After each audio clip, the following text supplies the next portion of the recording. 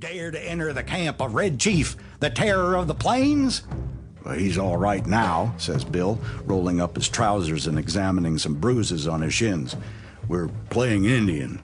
We're making Buffalo Bill's show look like magic lantern views of Palestine in the town hall. I'm old Hank the Trapper, Red Chief's captive, and I'm to be scalped at daybreak. By Geronimo, that kid can kick hard."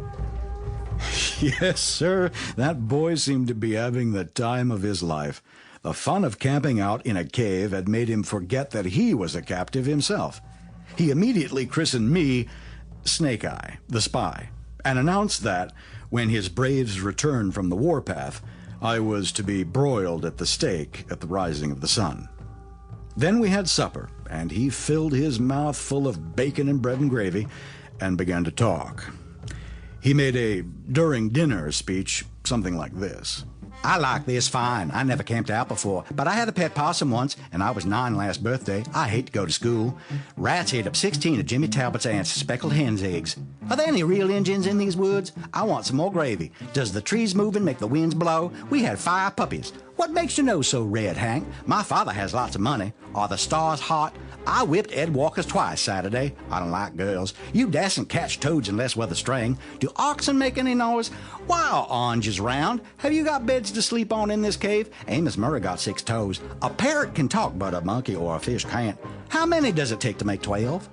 Every few minutes he would remember that he was a pesky redskin and pick up his stick rifle and tiptoe to the mouth of the cave to rubber for scouts of the hated paleface. Now and then he would let out a war whoop that made old Hank the Trapper shiver. That boy had Bill terrorized from the start. "Red Chief," says I to the kid, "would you like to go home?" "Oh, what for?" says he. "I don't have any fun at home. I hate to go to school. I like to camp out. You won't make me go back home again, Snake Eye, will you?" "Not right away," says I. "We'll stay here in the cave a while." "All right," says he. "That'll be fine. I never had so much fun in all my life." We went to bed about 11 o'clock. We spread down some wide blankets and quilts and put Red Chief between us. We weren't afraid he'd run away. He kept us awake for 3 hours, jumping up and reaching for his rifle and screeching, "Hist, Pod," in mine and Bill's ears, as the fancied crackle of a twig or the rustle of a leaf revealed to his young imagination the stealthy approach of his outlaw band. At last I fell into a troubled sleep and dreamed that I had been kidnapped and chained to a tree by a ferocious pirate with red hair. Just at daybreak, I was awakened by a series of awful screams from Bill. They weren't yells or howls or shouts or whoops or yelps, such as you'd expect from a manly set of vocal organs. They were simply indecent, terrifying, humiliating screams, such as women emit when they see ghosts or caterpillars. It's an awful thing to hear a strong, desperate fat man scream incontinently in a cave at daybreak.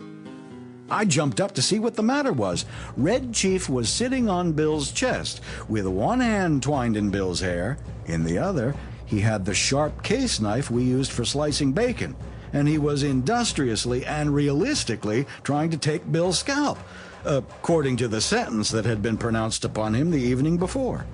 I got the knife away from the kid and made him lie down again. But from that moment, Bill's spirit was broken. He lay down on the side of the bed, but he never closed an eye again in sleep as long as that boy was with us.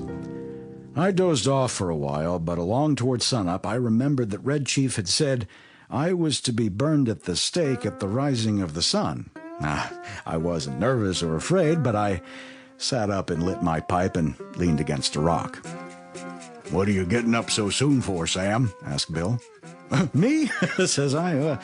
I kind of got a pain in my shoulder. I thought sitting up would rest it." "You're a liar," says Bill. "You're afraid. You was to be burned at sunrise, and you're afraid he'll do it. And he would, too, if he could find a match. Ain't it awful, Sam? Do you think anybody will pay out money to get the little imp back home?" "Sure," said I.